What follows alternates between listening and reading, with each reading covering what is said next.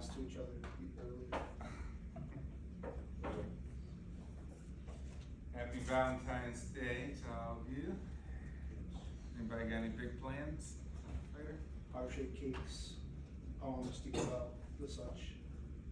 That's nice, you're being very gratuitous. Well, I ran out of gum too, right? But you know, it's all good. How's the exam? What you think? Not too hard, right? There was only one question I kind of stuck on. Just to understand the two, like what it wanted, how it wanted me to answer. Talking about the policies one? Yeah, the policies. The policy ones, I got stuck on too a little bit, because was it about like, you know, like how the US uses their tax to grow their economy?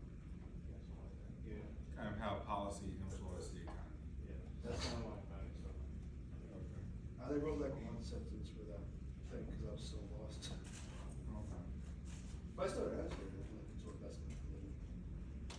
Anybody else have any issues? Yeah. I tried to take the exam this morning, but the assignment wouldn't let me. It said I had already done it, like, on Friday, but the Like you exam had an wasn't attempt on. to do it or something? I guess it's because I looked at the exam assignment, but it wasn't up yet. So because I clicked the button, it marked it down as an attempt. Okay. Let's see, we can fix that right now.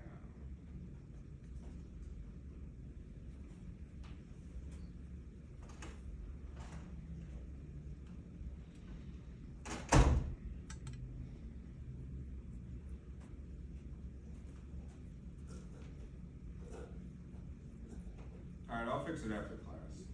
Yeah, I'll find it. Okay. I'll just leave it open. I'll leave the due date open, so when you do that. Yeah, I can do it tomorrow. Okay. Anybody else? Issues with the exam? Issues with any questions? Yes? I was just the only one that kind of confused me with the, pretty sure they already mentioned it, that. Policy versus economy? China policy. What, alright, so that's interesting. So what about that? What's, how does government policy influence our economy? Like, in what ways? Anybody? Yes? Trade policies can affect. Yeah, think about that. Trade policies, right? You could limit the amount of things being exported out of the country because of a certain policy, a restriction, maybe you increase the taxes on that thing, right? Now you disrupted the entire, like an entire industry or market. Also things coming in, imports. So trade policy is a big one. Think it even domestically, right? If we add another tax to a particular industry or market, we could disturb agriculture, right? Commodities, we could disturb fuel prices. Yeah, we could do it pretty much. Yeah. So, in reality, if you think of the term economics, right? You think of that, the real term that should come in your mind always, this is moving forward just in life, I always think it's really called political economy, right? As you move up, you took graduate courses, it would probably go towards more political economy, right? So theoretically, economics corresponds with politics, right? Economics is constrained or unrestrained based on the laws. And the laws change all the time, depending on who's in office, right? Democrats, Republicans, yada, yada, yada, right? For whatever reasons or motives, intentions they have. So economics are dictated by government policies. And that's why it's such a big deal. So really when people are like, man, I don't really care about politics. I'm not a politics guy. And I'm like, do you care about economics? Hey, yeah, I care about economics. Honestly, they kind of say, they go hand in hand, right? Different wings, same bird, basically. So how does policy influence economics? A million ways. You know, who's in office, who's not in office, trade policy, international things, domestic things, different industries, different markets, new laws, think of how government policy locally influences your wallet. Like, what's some examples on like things in the state of Illinois, or things in Chicago, or things in Cook County? How do they affect you, like your economics on an individual level? Right? You say, hey, they're gonna raise sales tax again. Oh my gosh, right? I'm gonna pay more than 11% when I go buy McDonald's now. Go buy some shoes down the street. And people say, well, stop spending so much. And the economy slows down in Chicago, or say people aren't buying as much of this, as much of that. So just think, taxes itself is government policy, right? Whether it's just City of Chicago sales tax, a fuel tax they add on, I think they want to do a soda tax, right? They want to tax soda, right? All these different things. For whatever reason, for whoever's in office, whatever their motives, what they promise to get elected by. But it all goes hand in hand, right? So we said we do have a free market capitalism. That's not theoretically true. Nothing's like completely unrestrained. Everything has limits. Right? It's just saying some things have more limits than others. For the most part, we get probably the best system in the world for free market trade that other countries are starting to imitate. So yeah, don't get caught up on the details. Take the big picture when you answer the questions, right? Think big. You're like, all right, well, this is theoretical. Both kind of correspond in almost every single way possible that you can think of. What else?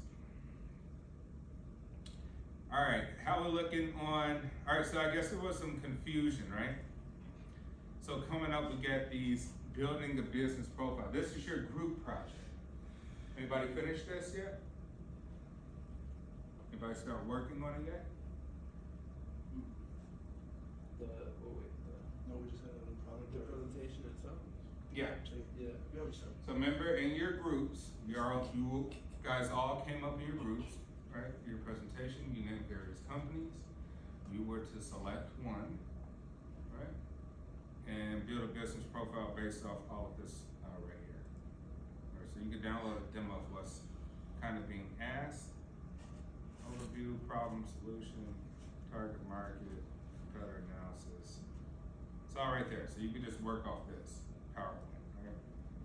You can just look at the rubric,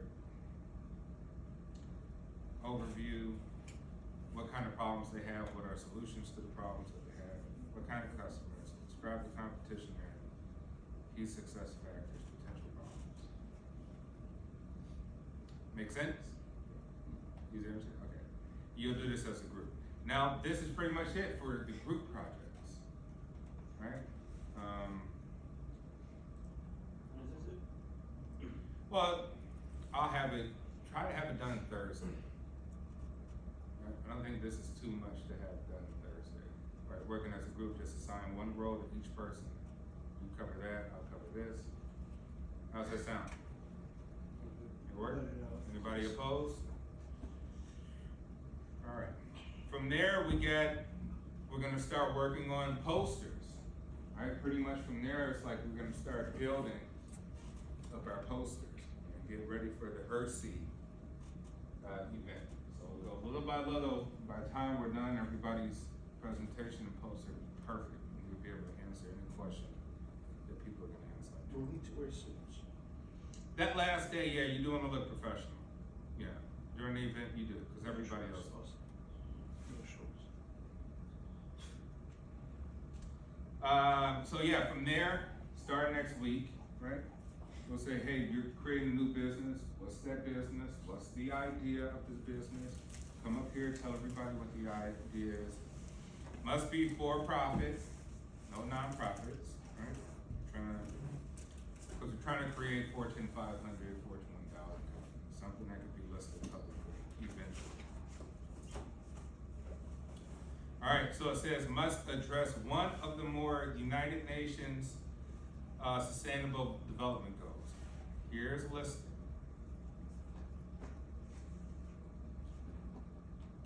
All right, no poverty. poverty, zero hunger, good health and well-being, quality education, gender equality, clean water and sanitation, affordable and clean energy, decent work, and economic growth, industry, innovation, and pretty much anything you think of. Peace, justice, life on land, life below water, climate action. So you want to address one of these developmental goals, right? This should make it more interesting. Right? You're trying to create a company that's going to do some sort of good without it being a not-for-profit company, right? The first thing popping in mind is, oh, we're a not-profit. Right? No, trying to do something, but you're also trying to make some money, some real money here. Okay, and then list the name of it. You're gonna give it, the problem it solves, the product or services offered, and explain which development goals the business addresses and how. And step 2, class-wide voting. As a class, we will vote for the best business ideas presented in the class, and those top business ideas will form a team working further towards the business idea.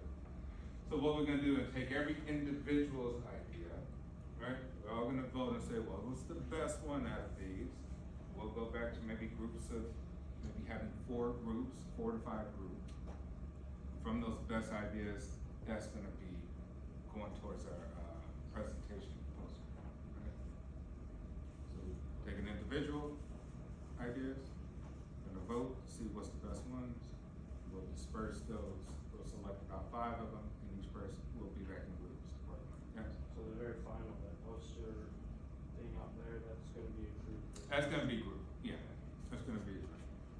But we're taking individual ideas first to figure out what's the best one. So the thing is, you probably want your ideas selected, right? So compete against one another to come up with phenomenal ideas, right? So now you're competing against each other for the best idea.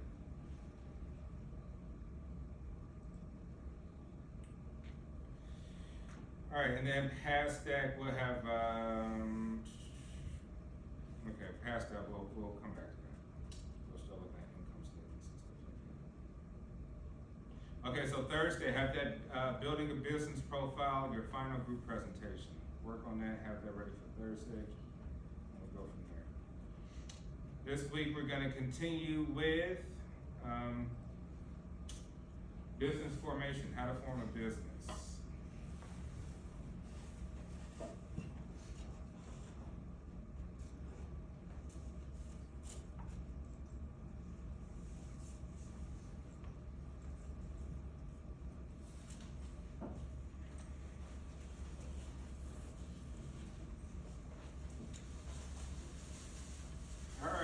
How to form a business.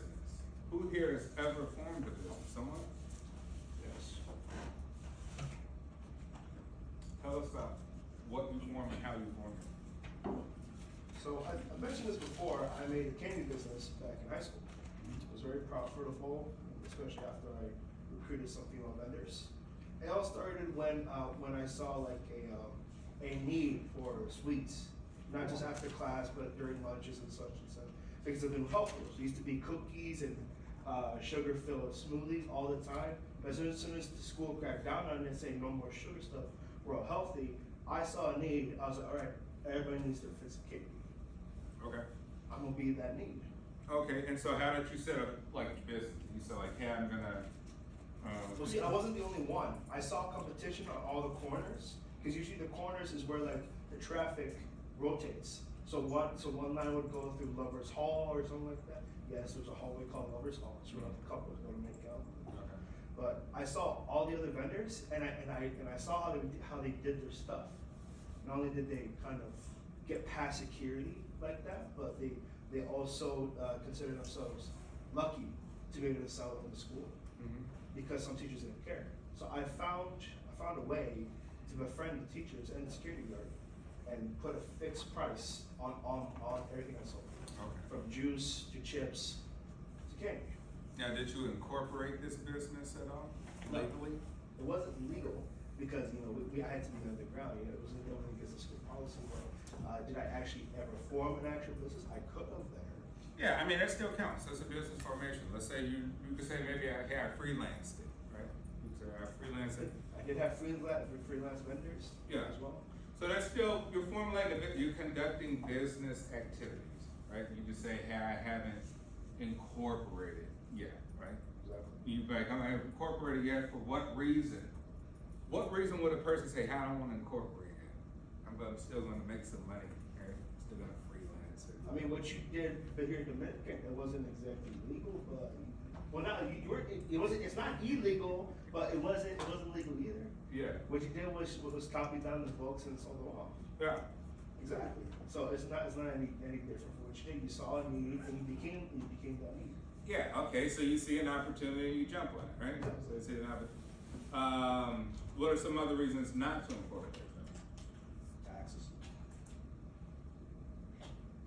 Yeah, maybe you wanna avoid the taxes. But then you're also like, well, how are you accepting money? Are you just, people just Cash. paying you cash? You know, anything else is traceable. So either way, you get found out. But, I took coins even. I took from anything. I didn't take, one time they offered me 100 pennies, but I didn't take the pennies, but I went all the way to dimes. That's how much I was willing to go for the money, so. that works. Money is money. What else? What's some reasons you could think of to be like, hey, I don't wanna incorporate? Yes. There could be like certain limitations, like the amount of product you have, or something like that. Like, it's very like you can have very limited stuff when you incorporate your business. 'Cause it's very- Yeah, okay. I mean, so you say, hey, I wanna test out this idea, I wanna test out this business idea, and I'm not sure if it's gonna make what I think it's gonna make or hope I'm gonna make, so let me wait on that first. And once I start making real money, I say, hey, I wanna set up a Square account for people to have easy transactions, or people pay a credit card, pay debit, whatever. Then you say, maybe I'll start moving on after I start making $10,000 or more, or something like that, right? So you can say, hey, I have a freelance of what we would call sole proprietorship, which means any money you take, you claim on taxes is gonna be going through you as an individual with your social security number, right? You're gonna pay taxes. So right, I'm gonna do that first before I go all in into something else, right?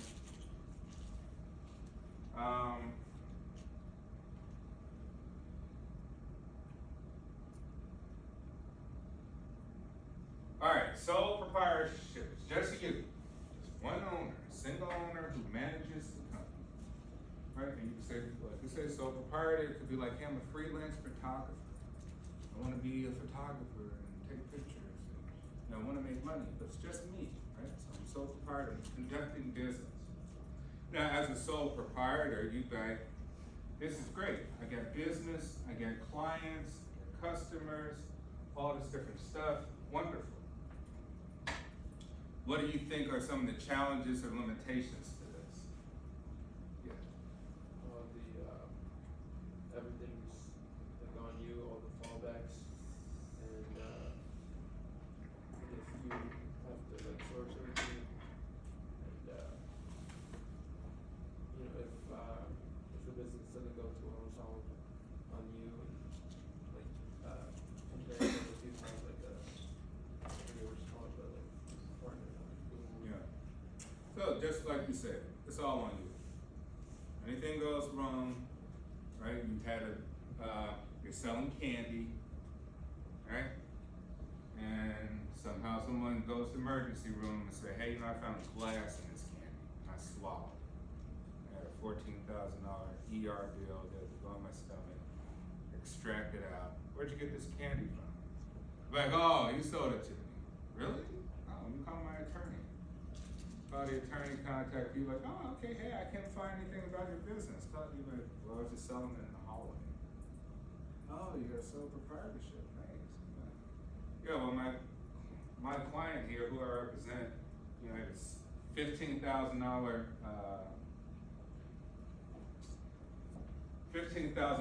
ER bill from the hospital. He had to miss work for 2 weeks. That's another $3,500. And you know, he was stressed out, blah blah blah. He wants $150,000 minimum.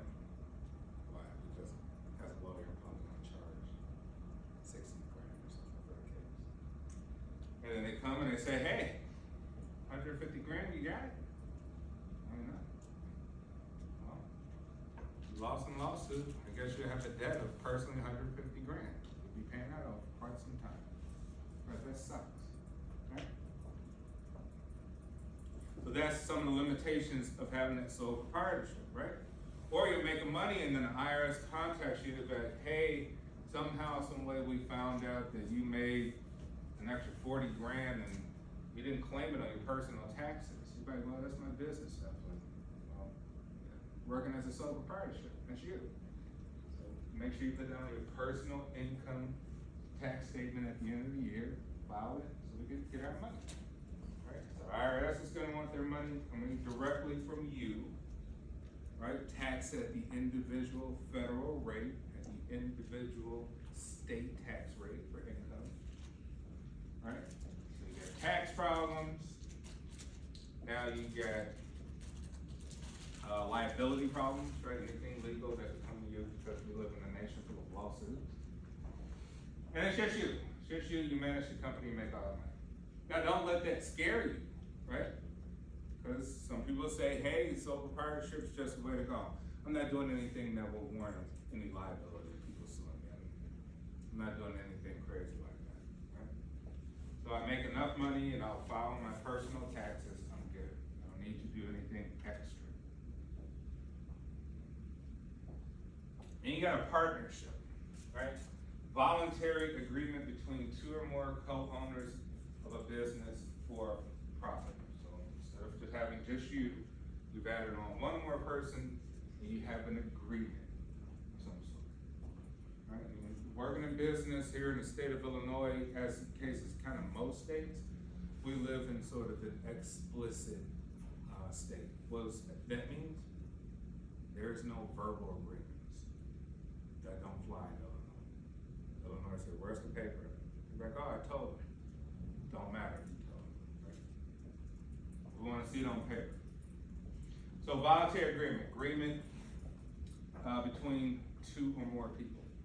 So think about everything we do pretty much in this country when it comes to business. Anything is a contract.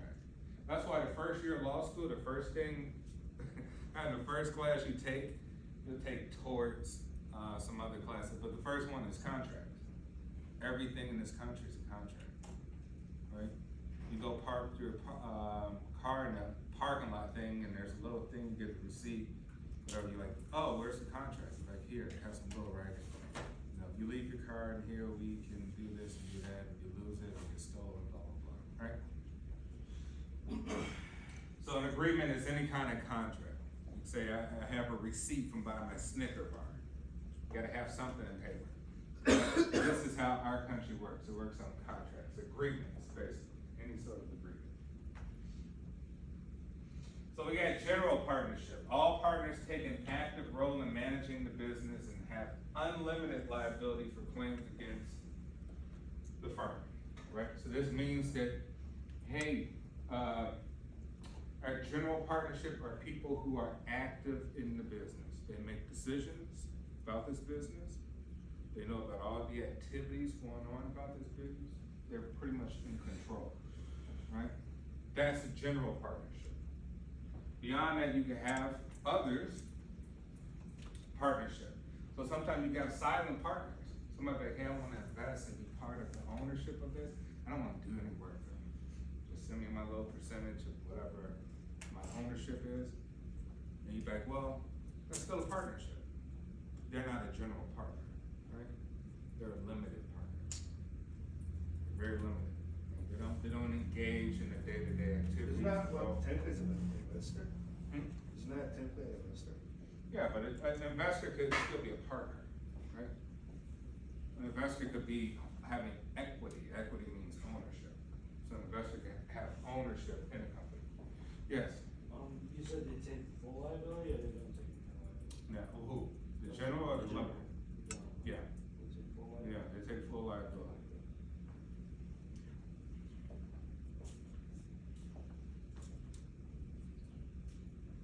All right, then we got corporation, right? This definition. Business is considered a legal entity that is separate and distinct from its owners. This is when you incorporate. So think about this. You look on the flag of Chicago, it'll say incorporated, 18 such and such, 1800 and such and such. You look on the state of Illinois, like, wow, incorporated. Right? You look at anything, Our state's incorporated. well, in some way, right? Because, you know, you say states engage in business activities, right? So think about this, primarily with a municipality, and think, so when you drive and you say, hey, I'm going to incorporated Des Plaines, Illinois. And then I drive a little further, I say, I'm going to unincorporated such and such township. Like, what does that mean? Like, literally, this area is formed as a company, right? It can engage in activities like a business does. It can invest money, it can buy bonds and stocks and all sorts of things, right? Raise capital in the ways that business do. So just driving around, you're like, oh, unincorporated. Oh, you live in an unincorporated village, right?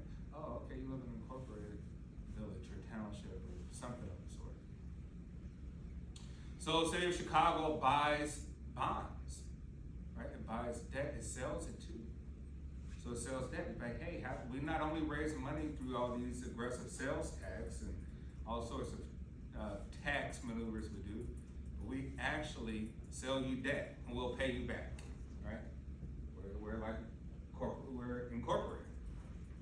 And then sometimes you're like, well, hey, you know what, that the bond rating is horrible for the city of Chicago, which means that really the debt is so bad that we don't even trust that they can pay you the debt back. Right? So this is even bigger. It goes on a governmental scale, right?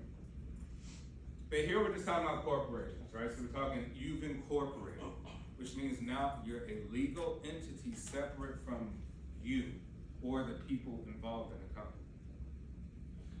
Right? So the IRS will treat that and say, hey, now you no longer have your social security number actively using to engage in business, you're using the tax ID number. Hey, IRS, send me a tax ID number, right? Because I formed this business, I've separated it from myself, so I need a whole new ID number instead of my own social security number.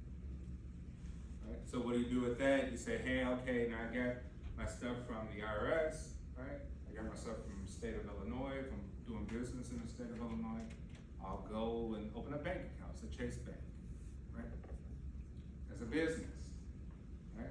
And you have a business debit card and a business credit card, a business account. You have a business investing account. All these different things, and they're treated differently in regards to the IRS and other laws. So the first document you'll have is Articles of Incorporation, which establishes the existence of a new corporation. It shows the owners of the corporation have limited liability. Right, so think of LLC, Limited Liability Corporation. That means you are separate from, you individually are separate from your business. They're two separate things, they're treated differently. So you have limited liability. So now in the same situation, you're being sued, but you're actually a company. They can't sue you personally. So you're like, I'm off the hook. You're like, as a business, I took out $400 million worth of loans as a business, and now I can't pay it back. What are they gonna do? They're gonna take my house and take my car? Can they? Can they take your house, your car, all the cool stuff? Your helicopter in your yard? Yeah? What would No? you do at that point though? They can't touch you, they touch the business, so what does the business lose? Hey, basically go bankrupt. They can't pay the debt. No one's bankrupt. Right? You're like, wow, this is excellent. Maybe you don't say that because you want your business to be successful. I was about to say, so that's how millionaires. But in reality, you say, hey, I got all my stuff individually. They can't touch it. We'll have to work that out in the courts in terms of what And we that's do. where you get the good lawyer. Yeah, or you could bankrupt the company. It basically becomes a wash. You So, just pay to exist. so you think about that, you're like, well, That's kind of awesome. It protects you, right? So you're like, it's kind of a no-brainer to start a company. Right? No-brainer. You're like, I'm gonna build up all this stuff with this, and it's separate from me. Yeah, I'll take my paycheck from it, or whatever percentage I take from the income. You know, whatever I take as an income, as an individual, means I gotta pay taxes as an individual. So keep that in mind too. So you say, hey, I roll into the articles that I get paid X amount of salary. I'm in a partnership, but I take 30% of all revenues as a salary. Well, when you finally transfer the money as an income, you'll pay it as an individual. But you say, hey, I don't even touch the money. I leave that in business. The business will pay taxes. You know, 2 different tax schedules, 2 different tax amounts, percentages, right?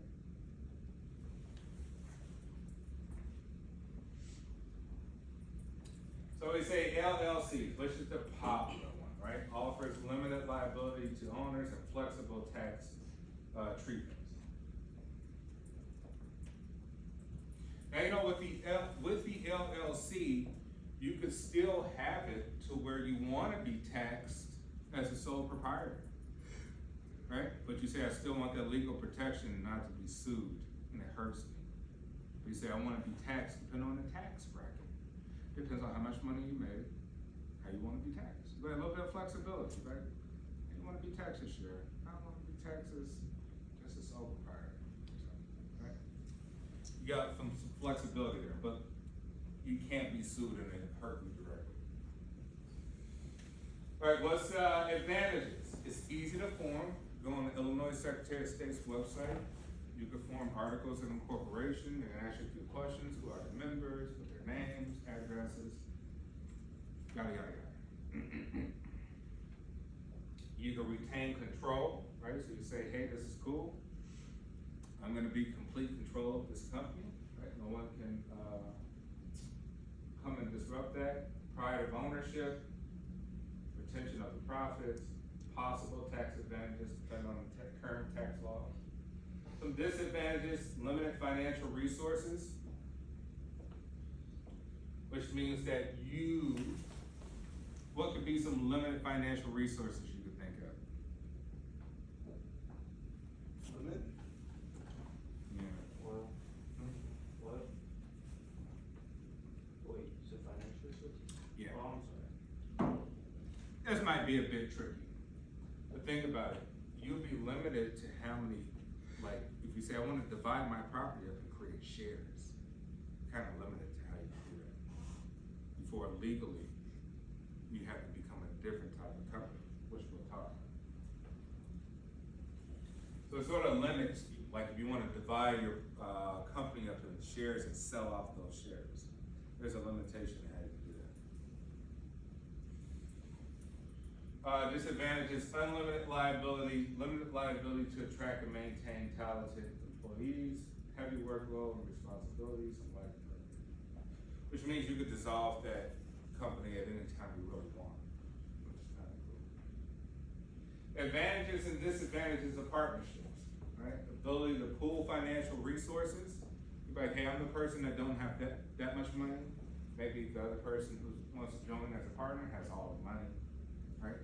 So we could group together a bunch of people that have a ton of money. And now we got a lot of buying power to do what we want to do to make the business grow. An ability to share responsibility and capitalize on complementary skills. You say, hey, I got a bunch of other talented people besides myself. I want them to be responsible for certain parts of the business and to use their skill set to help it grow. Ease of formation, it's pretty easy. It's about the same as going on the Secretary of State's website for whatever state you're in. And some possible tax advantages. Disadvantages, potential for disagreements is one that pops up. Lack of continuity, which means you have a partnership, you run into where people say, hey, I don't agree with how you're running this company. I don't agree in your investment activities. I don't agree with yada, yada, yada. I want out. Right? And that could cause all sorts of issues. I want out of this. Right? And that might be a whole legal situation where you're like, well, you can't get out. You know, we got an agreement. We got a document. We got can't get out right now, maybe a couple of years from now. Difficulty in withdrawing from a partnership. And then we got limited partnership and LLPs, limited liability partnerships. Right, so limited partnerships includes at least one general partner who actively manages the company and accepts unlimited liability, and other partners give up the right to actively manage the company in exchange for limited liability. This means that one person is pretty much engaged in all the activities of the business, know what's going on, responsible for everything going on. And then you got people underneath who, or one other partner who gives up the right to actively manage the company in exchange for limited liability, which means they won't be held, that person won't be held completely responsible if you face a lawsuit or anything like that. And then we got LLPs, right? Limited liability partnership, which all partners have a right to participate in the management and have limited liability for company debts. So you say, hey, we're all in control of this company, right? But depending on how much percentage we own will be how much we're liable for. You say, if we face a lawsuit and we lose, I'm only responsible for 10% because I only put in 10% of equity. I only own 10% of this company. So we have a big lawsuit and we lose, I'm responsible for 10% of that loss. I'll pay 10% of whatever the judge decides it is, right? So they had how that kind of works. And these are very common financial firms, right? These are very common amongst lawyers, limited partnerships, okay? So, you know, really, when you hear a lawyer say, oh, I'm gonna make partner or something like that, right? Basically just saying I'm gonna have bigger equity into the company. I'll be able to navigate how it's managed. All right, C Corps and S Corps. So the big idea to really take it about C Corps and S Corps. C Corps is what you see on the index, New York Stock Exchange, all these different things, right? Facebook, Google, Apple, Amazon. S Corps can be something of the same, but they're limited in the amount of shares they can have. So C Corps have unlimited amount of shares. Why would you want that? Why would you want unlimited amount of shares to be offered? So a lot of people buy it. Yeah, a lot of people buy it, makes more money, right? Have an unlimited amount of shares. You can reintroduce new shares all the time, right? It's like, okay, that has a lot of potential. The thing with the C Corps, you're like, all right, now we're on the stock exchange and the stock is $30 per share, right? We're Facebook or something, just getting started out, which we'll call IPO. Who knows what an IPO is? Initial public offering, Which is? just when like a company first gets on the stock market. Yes, right? We're like, hey, we were a private company, we're going public, right? We're gonna introduce X amount of shares, and then we're gonna set that first price as this, people can start buying the share, right? But really think about it, so you ever say, hey, I wanna become a billionaire. Really, the only way to become a billionaire, besides the unicorns, there's some unicorns out there, right? But they're so rare, they're almost not worth talking about.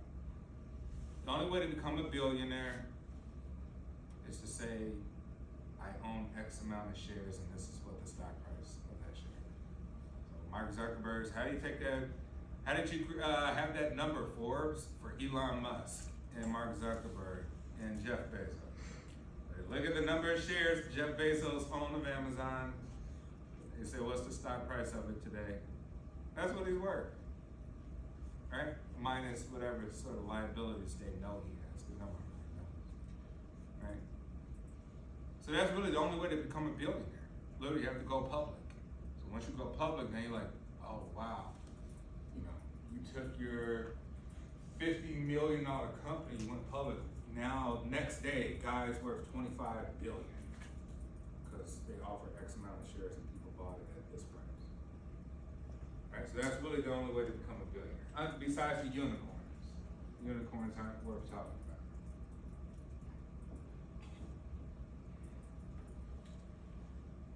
about. And then the S corps. So with the C corps, the IRS says this, right? Facebook, Amazon, Apple. Okay, you're on the stock exchange. You offer all these shares, but you as a company, you have to pay taxes on any profits, right?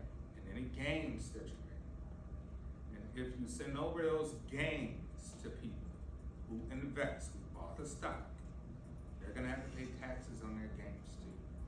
That's what they call double taxation. Right? So you say, it's awesome, well, we got unlimited money, because we got unlimited shares, which we wanna have. But we gotta pay taxes as a company on any gains. And then when we transfer that money over in dividends or something to the people who bought the stock, they gotta pay it on their personal IRS statements. Right? So the S corps, which are a little bit different, we say they can't have unlimited amount of shares, but they don't have to pay taxes but one time. You don't have to do double taxation. They won't have to pay the taxes on that company, but when they transfer over dividends, just the people are responsible for their own taxes and capital gains. The company has, but it's restricted to the amount of shares it can have, so it's limited. All right, so C Corp offers limited liability to all its stockholders, right?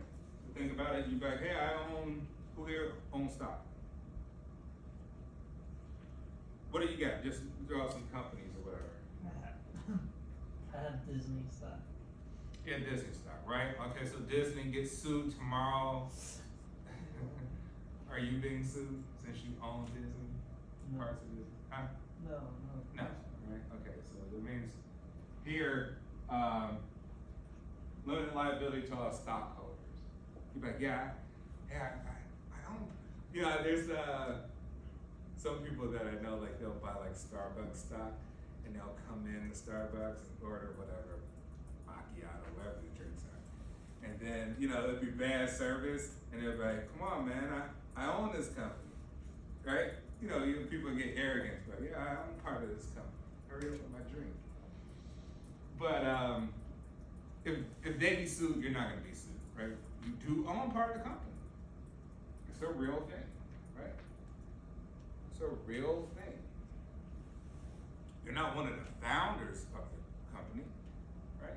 And they do have owners' equity. Those are like the people who still own majority of the ownership. But stock owners own equity in the company. You do own part of Disney, right? You do own part of Starbucks or Dunkin' Donuts or Apple or whoever. So there's a point of pride about it too. You're like, hey, I'm helping them grow. You know, without my money, they can't buy the new buildings to do stuff. So same thing here. Filing articles of incorporation, paying filing fees. You have to pay filing fees for any of these. And adopting corporate bylaws. Right, so for a C Corp, you're generally gonna have a board of directors. Why would you need a board of directors? Why does the government say you need a board of directors? What do you think?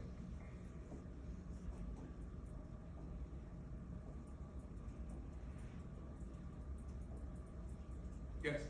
Is it so like, if the government knows there's like a group of people in charge of the company to regulate it, so they won't have to like micro watch you? Yeah, in so many words, yes, right? Government says, hey, the public, now you're engaging with the public to have ownership in this company.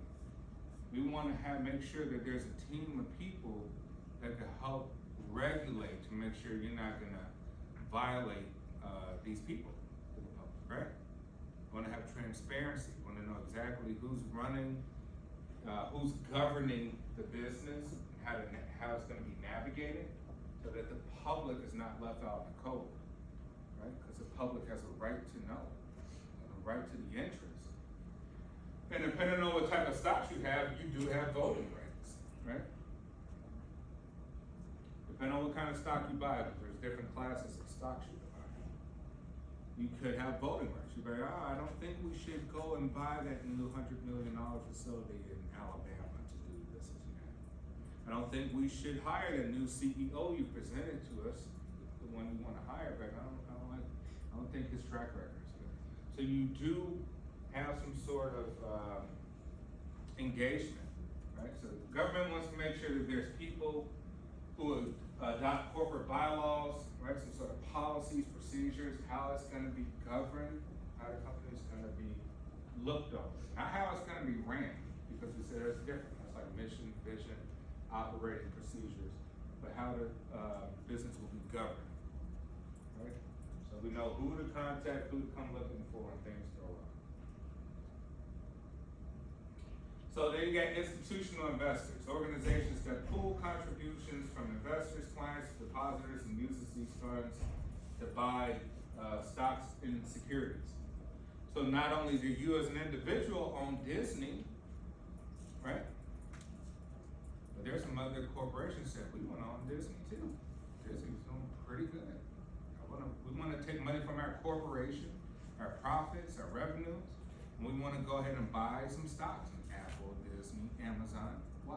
It's doing great. We want to make more money off of our money, just like an individual, right? So corporations, institutions, all sorts of entities engage in investing, right? And they're pulled together. So here they're talking about ones, let's say like a financial institution, right? Mutual funds, Charles Schwab or Fidelity, something like that, right?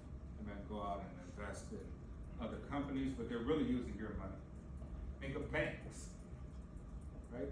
Banks go out and they take your money from your deposits. They're like, oh, nice of you to have all your money here in Chase Bank, right? Your checking account, your savings account. Guess what we're gonna do with your money? We're gonna invest it and make more money, right? Of course, we know you're probably not gonna, we know if you have a decent amount of money, you're probably not taking it all out, right? So it's not like you're gonna pull out, everybody's gonna pull out all their money at once and now we can't pay the people back because of their money. So what do we do with all this money? It doesn't just sit there and wait for you to take it out. It makes more money by investing. Does that make sense? But, sorry, okay, I don't know why this part didn't make sense. I'm not getting in my head. So, if let's say investor owns the stock, right? That gives them right to say something about the company. Just because like I've seen all these other quote movies like Wolf of Wall Street and stuff like that. They're making money and selling stocks, but the part that I don't understand is like how do you place the value of the stock from the company?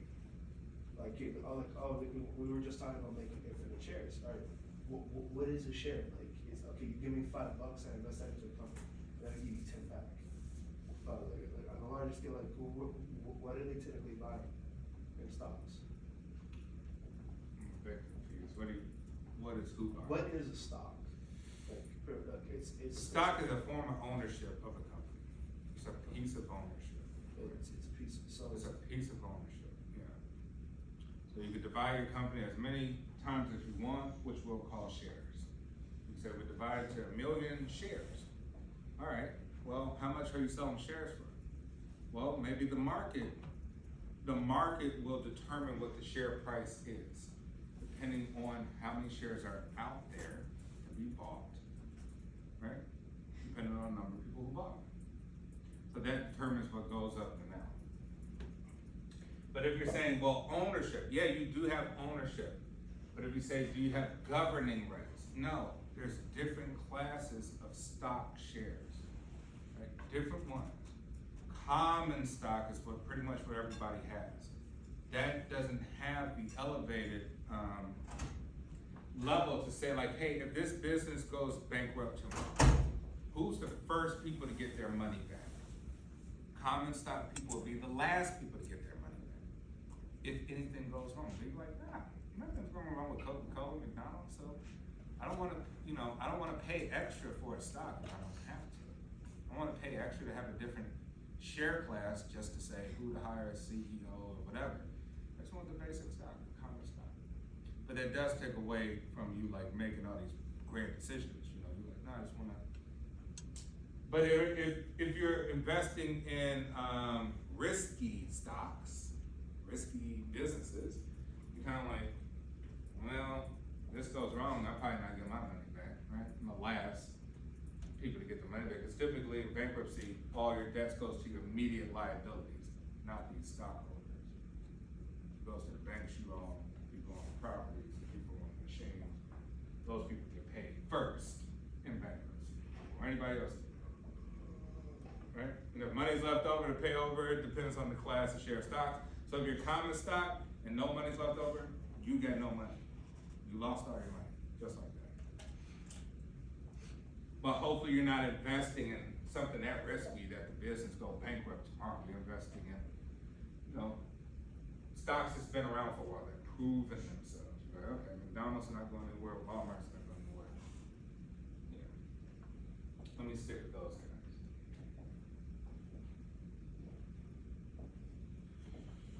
So those above common stock are called preferred stocks, right? So we said different class, all right? Preferred gives you a little bit more rights about the governance of the business, but they come at a cost. You say there's not that many, we don't have as many preferred stocks as common stocks. We have more common stocks for the common person. Preferred stocks, a little bit more limited. Price may be more.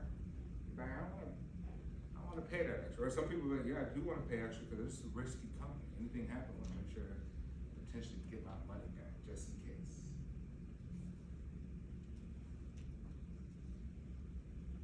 Board of directors. So we say, hey, if you got some governing rights, you elect by stockholders to represent their interests. So when you have stocks, the companies will start sending you things in email or in the mail to be like, hey, do you want to vote on this? Right? They'll send you some ballots or some forms to fill out, and you make a decision. You send it back. And the board oversees the operation of the company and appoints a CEO, and other corporate officers to manage the company on a daily basis, right? Which we will call kind of C-class individual, right? When you say C-class, it's like, oh, okay, I'm a C-level executive. What does that mean? You're like, oh, I'm Chief Executive Officer, CEO. Chief Marketing Officer, CMO.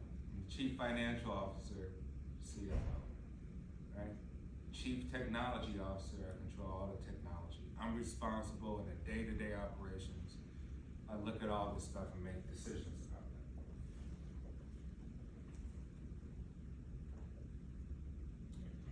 that. Advantages and disadvantages, right? Some advantages, still get that limited liability, right? The company be sued, not the individuals. Permanence, right? Ease of transfer of ownership, ability to raise financial capital because you can have a limited amount of stocks. Ability to make use of specialized management. Some disadvantages, expense and complexity of forming and operating. You know, typically you're not doing this unless you're big. Else it makes no sense. Why'd you have a board of directors if you don't make a significant amount of money? You know, so your operation should be well in place. And you can change. You know, you could go from an LLC up to a C Corp. If you start making enough money and you feel it's time, you know? Or you could go down. And so if you see, hey, I think Google's an LLC. Google's not the parent company. Alphabet is the parent company. So Google's an LLC. It says Google LLC. Right? The same thing happened with Facebook. Like, oh, Facebook, you changed. You were the parent company. Facebook, what happened? Oh, who's the parent company now? Who's the parent company of Facebook? Meta. So they changed. They said, oh man, we're gonna restructure, right? Reformulate our company. We'll put Facebook underneath as an LLC. Meta will go on top as the parent company, right? As a C Corp. So basically, if they go out and buy, let's say the C Corp go out and buy other companies, like Amazon does. Amazon say, I want to buy out the Ring doorbell system, right? I want to buy out Whole Foods as a grocery. I want to buy all this stuff. Like, okay, Practicum may still be the parent, and then we'll just have a bunch of LLCs underneath, right? That's how I do it, regardless of how big it is, right? Whole Foods makes billions of dollars, still an LLC. Google makes billions. So you have to really figure out what works for where you are with the business. So it all depends. And then we said double taxation of earning and additional taxes, right? Company is taxed when it starts sieving out. So you own, you make capital gains off of stock as a company, right? You make an income, you pay those taxes, and you send over what we call dividends. Who knows what dividends are? Isn't dividends like how much a company pays out for just holding the stock in general? Like, it's usually a low amount, but if you just hold the stock, they'll give out some money. Yeah, well, I mean, it's really transferring capital gains over to the stockholders, right? So it's not only do you own that stock at that stock price, but we'll give you some sort of like profit sharing, extra money off of it. That's an incentive to get people to buy the stock. So you think of that, you're like, well, some companies have it really good. Their dividends are really, really good. You say, not only do I own a stock and the stock grows, like, man, this stock is growing over time. But man, every time they send me, each quarter they send me some money extra off of the stock. I just wonder, this is almost like income. So the very wealthy people, you're like, how come they don't work? Literally, they might live off their dividends. They're like, I have this set up to where with these companies, this portfolio, that I make $150,000 just off dividends. But I still get those stocks and they're still growing. Like, oh, that's nice. Never work a day in your life ever again. Just by that. Like, I'm just living off the dividends. That's it. But not every company pays dividends. Not every large company pays them. Right? Some of them do, some of them don't. And obviously more paperwork and regulation, right? So you got tons of people, you got teams of people, teams of accountants and lawyers and all sorts of professionals working on these businesses. All right, so we said advantages, stockholders have limited liability for S corps. The IRS does not tax earnings of S corporations separately, like they do with C corps, right? So when it's passed on, those dividends are passed on. Companies not taxed, but the people are individual. And then nonprofit, right? Nonprofit earnings are exempt from federal and state income taxes. So you say, hey, what's the benefit of doing a nonprofit? 503C, right, with the IRS. Anyone here ever started a not-for-profit, nonprofit? Plan to. You plan to? Yeah. So what do you think are some of the huge benefits? Well, I would say, because one of the smaller businesses I want to open up is more or less just for recording, for filming studios. You could go around talking about certain things, certain topics, post the videos and make money off of it. But not for a profit, but for the nonprofit. And then we could go around supporting other small businesses, go like the videos, or even make them small videos as well. Or if the recording studio is for the nonprofit. Awesome. So think about this.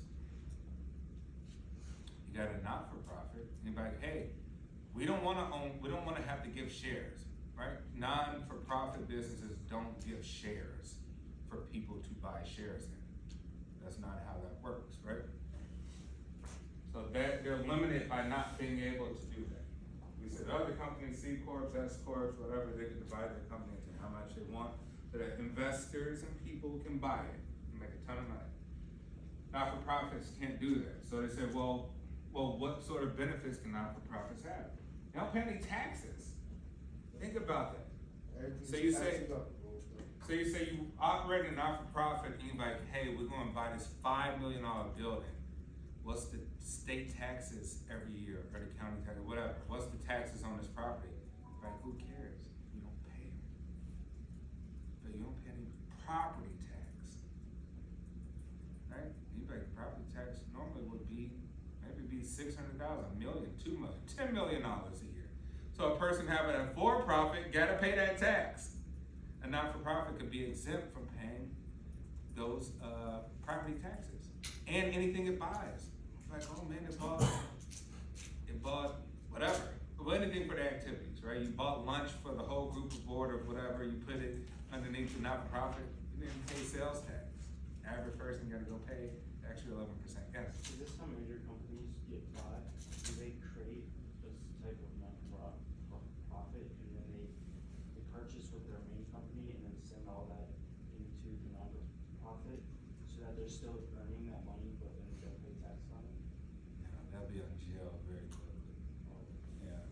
So the government doesn't allow any commingling, right? And they're very strict on that stuff. So, you know, not-for-profit, everything has to be done separately, right? There's no in and out from for-profit businesses, right? Like you're trying to aid your for-profit. Now, but in some way it does aid it, because you say if you're Coca-Cola and you create the Coca-Cola Foundation, right? Not-for-profit.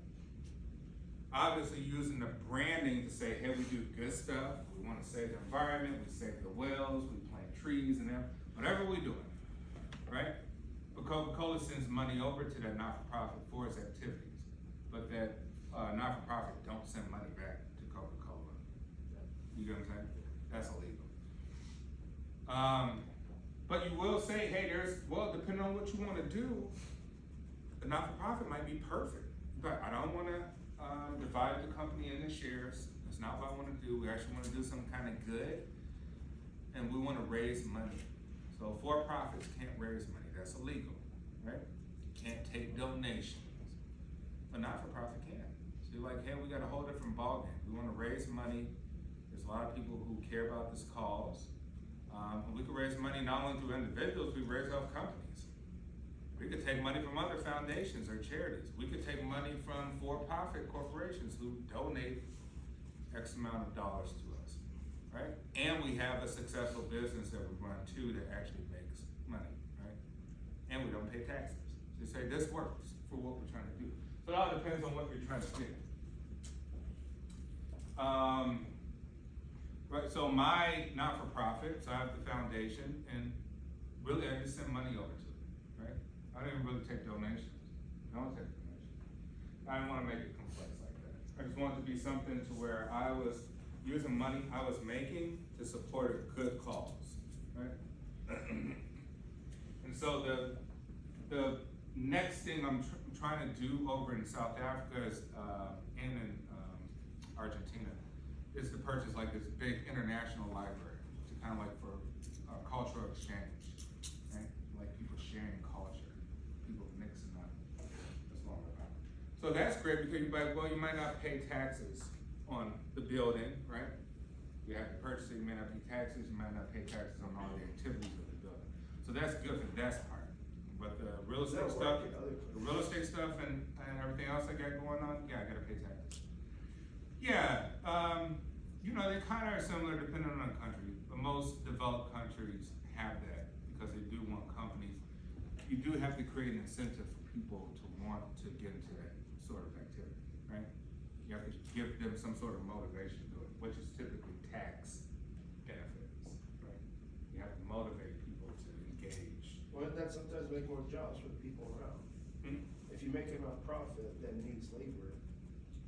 Yeah, I mean, you're helping create people more out. jobs for people. Yeah, absolutely. Yeah, so I mean, I guess as a why- government official, that's stuff you're looking at. You're like, how do I help more people be less unemployed? You gotta give motivation and incentives for people to create jobs. They look at you like, oh, he wants to open up an international library. Yeah. That could promote a lot of jobs, a lot of culture, a lot of education. Yeah, so it's definitely beneficial for what you wanna do. So if you have, you know, some sort of cause you're interested in or something you wanna help change, and you like, you know, we don't wanna make this for a profit and have shares and stockholders and and all that stuff, and you wanna kind of be in control of it, you know, you got the big Bill and Melinda Gates Foundation, right? All these really large ones. Don't forget all the private universities, right? Not-for-profit. Dominican University is the same as my foundation. It's the same deal.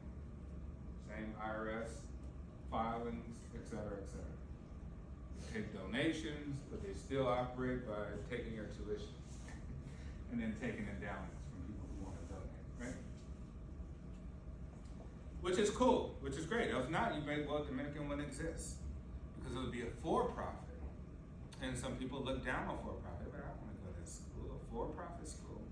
You mean that school's parent company is listed on the New York Stock Exchange with shareholders? I don't want to go to school. That sounds like a money grab, like a scam. People look at school. huh? Charter school. Yeah, but I'm saying for university. So when the best viewed universities are all not for profit, and then the ones you think, oh, I wouldn't go to that school. That's a for-profit university, right? I think Trump University, when that was a thing, was for profit. Yeah, I mean, so See how that turned out. and so how things are viewed changes a lot of things too. But yes, all private universities are not for profit, which means Dominican University, how much taxes would they pay on this building, all the way from the floors to, well, how much would they pay if it wasn't? Probably like 100,000 per acre. This building would probably be like 50 million a year in taxes, just in real estate taxes. You know what I mean? Just by that. Pretty sure they don't make 50 million a year. Yeah, but I'm saying just, for anyone who owned this structure, these structures, this land in River Forest, Illinois, you're paying a ton of money, right? So those big universities like Texas A&M. Yeah, all not for profit. Yeah, but you say that works perfect. Why? Because they don't want to be worried about paying 50 million. They don't even make that much. But just like you said, it wouldn't work. You get what I'm saying? So this, as a government, we want this to exist. We want these types of things to exist because one, it helps people go to school. It actually makes it sustainable. Right? Make for profit down there's no education systems. Right? And then you think of the quality too. Some people say, hey, I went to public school. I went to public school. I went to CPS, Chicago Public Schools. And you're like, well, where's the money coming from? The government. Right? And then you say, well, what are some other options? Private. Right? Oh, private schools. Oh, where's the money coming from? Donations of people who graduated. Right? So you're like, man, it's different. It's different. Maybe the incentive. Right? Harvard has the largest endowment. You're like, why? Maybe the people are the most successful who graduated. It makes sense. You get what I'm saying? So it's all this kind of circular activity for it to make sense. All this stuff has to make sense. So yes, Dominican doesn't pay any real estate taxes, don't pay any taxes on any activities it does. Part of the Roman Catholic Church. Roman Catholic Church is also a not-for-profit institution here, and all the other religious organizations who are 503c with the IRS, right? So it works, and it helps, and it builds, right? So therefore, when they get the extra money, like let's build another great Palmer Hall on the street or something. Any questions before we go? Yes? So with this opportunity stocks, so do companies have just unlimited amount of stocks?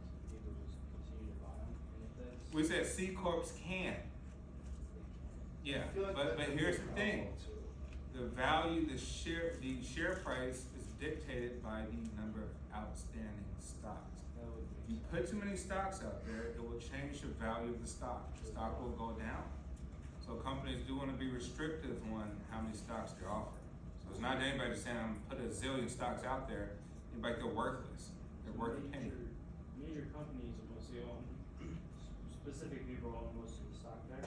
Mhm. So every stock you buy and sell is you're buying from someone else most likely. Or most likely all taken up, right? Yeah. The stocks. So Yeah, you're mostly. buying Yeah, you're buying it something. from somebody else and taking ownership of it. Yeah, I mean, all this is phenomenal. Like the people who came up with this idea, and this is not new. The first company ever, like major company, is Dutch East India Trading Company. That was in like the 1500s, 1600s. They had stocks. Like you can Google their actual stocks, like their certificate of stock. So this is not new, right? People are like, hey, this is how you raise money. How you raise money is either two ways. Three ways. One, either create shares of stocks. 2, you either got phenomenal credit and you've been doing business and the bank give you $1 zillion. Or 3, you have a not-for-profit and people like your cause and give you money to help support the project. Besides that, how you gonna raise money? You raise money through your activities if you're successful. But how you raise capital is those ways. All right, I'll let you guys go. Have your presentations ready for Thursday. Exciting.